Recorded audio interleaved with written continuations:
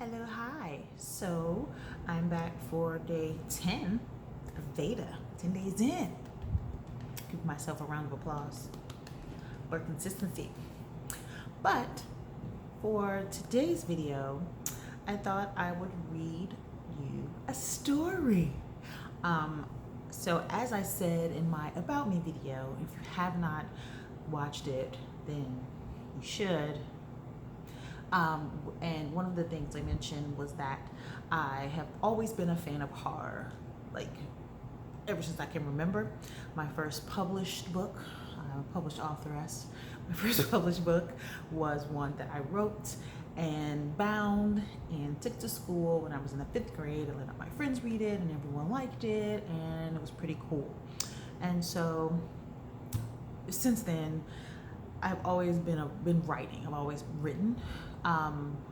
A lot of times I wrote stuff that never saw the light of day.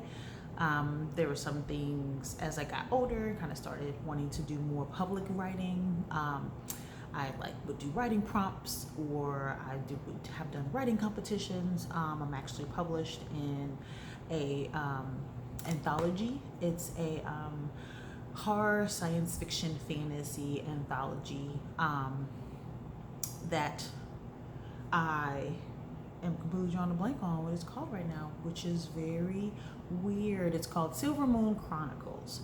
And I'll share a link down below so that you can check it out if you want to give it a gander. But nonetheless, I've been writing ever since I was a kid. And so the story, as my cat wants to weigh in for some reason, but the story that I'm going to read is one that I wrote for a writing prompt around Halloween. Because I'm a fan of horror, there's some really cool writing prompts around Halloween. And so this story is called Games Children Play. The inspiration was they gave us the beginning of it and then was like, take the story and run with it. And I've always been a fan of, especially in writing or like movies, creepy children. There's something about kind of the innocence of a child. When you make them scary, it kind of makes it more scary because children have a sense of purity about them because they are untainted by the world. So everything they do is very pure. And so if everything positive they do is pure, then if they do negative things, that's also pure. And so creepy children is kind of a common trope that I explore. So that's what this story is about. It's a creepy children's story, and it's called Games Children Play. Let's go. After dinner, our host, who was then renting the place, told us that the house was said to be the vacation home of an eccentric millionaire who built the house in honor of his young daughter who drowned in a nearby lake. He wanted to be near the final resting place of his only daughter, said Randy, our host, with a small smile. We all waited for a ghost story to follow, but Randy didn't go into one. She went to the kitchen and came back with 2 bottles of wine. Distracted by the wine, we all followed her into the living room to chat and drink. A couple of hours later, we retired to our rooms. We'd been asleep for a while when the room got really cold. I sat up and looked at Frank, who was still asleep. I nudged him. "Are you cold?" I asked softly. "I'm going to find another blanket." Frank moaned slightly. I got out of the bed and padded out of the room. I went to the closet where Randy showed us she kept the linen. As I was grabbing a blanket, I heard giggling. I quietly closed the door and looked around. Nothing was there. I headed back to our room. As I put my hand on the doorknob, I got lightheaded. I slowly opened the door.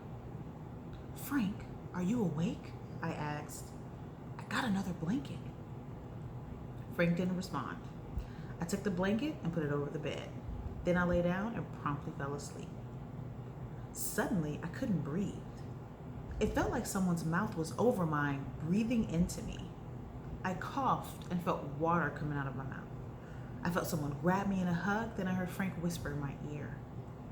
"I thought I lost you. Oh my God, I'm so glad you're okay," Frank whispered hoarsely. I tried to speak, but my throat was dry, and I was still gasping for air. Plus, I was wet and cold. The noise of sirens filled the air, then stopped. I felt someone pull Frank away from me and something was put over my mouth. I began to breathe in the oxygen and passed out. When I woke up again, I was in a hospital room. Frank was sitting by my bed and everyone else was standing and sitting in various parts of the room. I need some water, I croaked. Frank reached over and handed me a cup of ice chips. I ate them slowly because each chip made my dry throat burn. I looked at Frank with questioning eyes. I woke up in the middle of the night and you were gone. I thought you'd gone to the bathroom, but when you didn't come back, I got worried. I looked for you in the room, then woke everyone else up.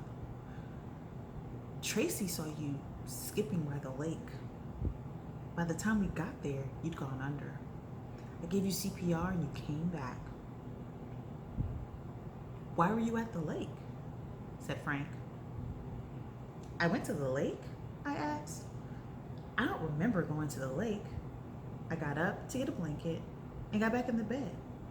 Wasn't there a blanket on the bed? Frank slowly shook his head. It wasn't cold in the room, he said slowly. Just then, everyone heard a giggle. What was that? Asked Randy. Games children play. So what do you think?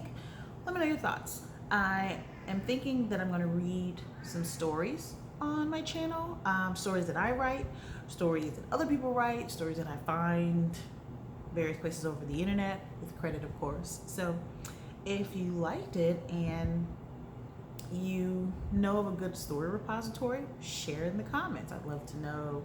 I like to, highlight some interesting horror snippets as a part of me delving into my horror fandom with a bit more intention. But that's it. That is my story for VEDA, day 10. That is the games children play.